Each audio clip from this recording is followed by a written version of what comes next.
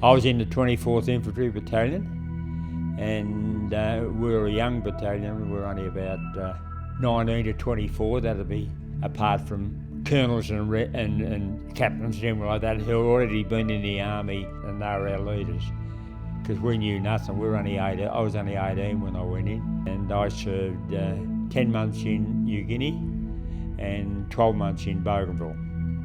They used to say, if you get a game with Essendon, try and get number 24, so every time we see you on the ground, we'll know that it's you, you know. And I asked for 24, and luckily it was vacant, and that's how I wore number 24. I was a mad Essendon supporter. I was 8 and a half when my father asked me would I like to go to the football, because kids never went in those days. I'm talking about 1933. Essendon have probably got the best recruit they've ever got, and it was Dick Reynolds. And I saw actually Dick win his 3 Brownlow medals, and he was my idol, but not only mine, the whole of the Essendon district. 13 years later, I played in 3 premierships and 7 grand finals with him. It's just unbelievable. I often pinch myself that I actually played with him and coached by him for 9 seasons. After the war finished in Bougainville, we had to wait 4 months for a ship, and we played football and rugby, and they had athletic carnivals. They built a great big football ground with the bulldozers. And after the war, I come home. I hadn't seen my mother for 18 months probably it was. And we talked for pretty much till about 2 o'clock in the morning. And Mum said, when I said, I think I better go get some sleep. So she said, there's 3 letters there from football clubs. One from Williamstown, one from Brunswick, and one from Essendon. I went down to Williamstown and they didn't want to talk to me. So I went to Brunswick, same thing happened. And the chap there was a chap by the name of Ron Baggett.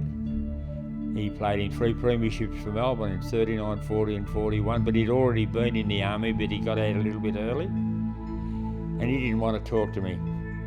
So I went up to Essendon and gave them the letter, and they said, we'll come up for training on Saturday, twice a week, Tuesday and Thursday night, and then they had practice matches every Saturday, pre-season, to see if any footballers were good enough to get on the list. Anyway, I went up there and I got in the main game, and I went pretty well, and there was a big write-up after I played well in the first practice match in the paper on the Monday, and then the next week I played in the ruck, and I got 1 kick, but the paper still said Jones shines. And I said, gee, this is all right if you only got to get 1 kick and get a mention in the paper. So anyway, I finally made the list. 2 of us made the list.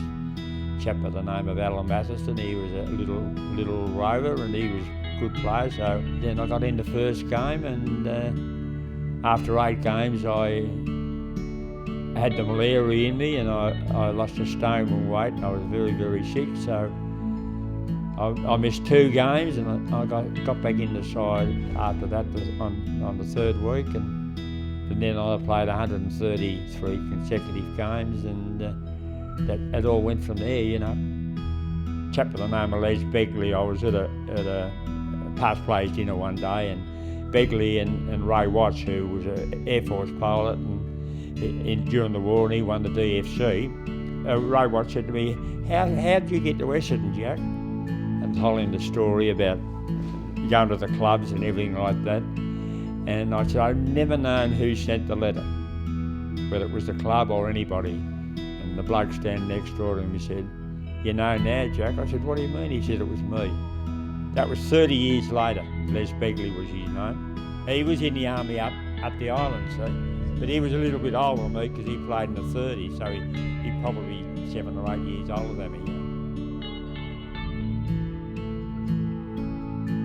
We lost 91 killed and 197 wounded, and here am I still here at 92, and a lot of the, they never ever saw, the ones that were killed never ever saw their mother and father again, never got married and never had children like I have, and great-grandchildren, so, and it's very hard to describe, but it was like a job actually, you know, you had to get up in the morning and go into action and come back at night and sleep on the ground and that, you know, and with a tarpaulin over you or something like that.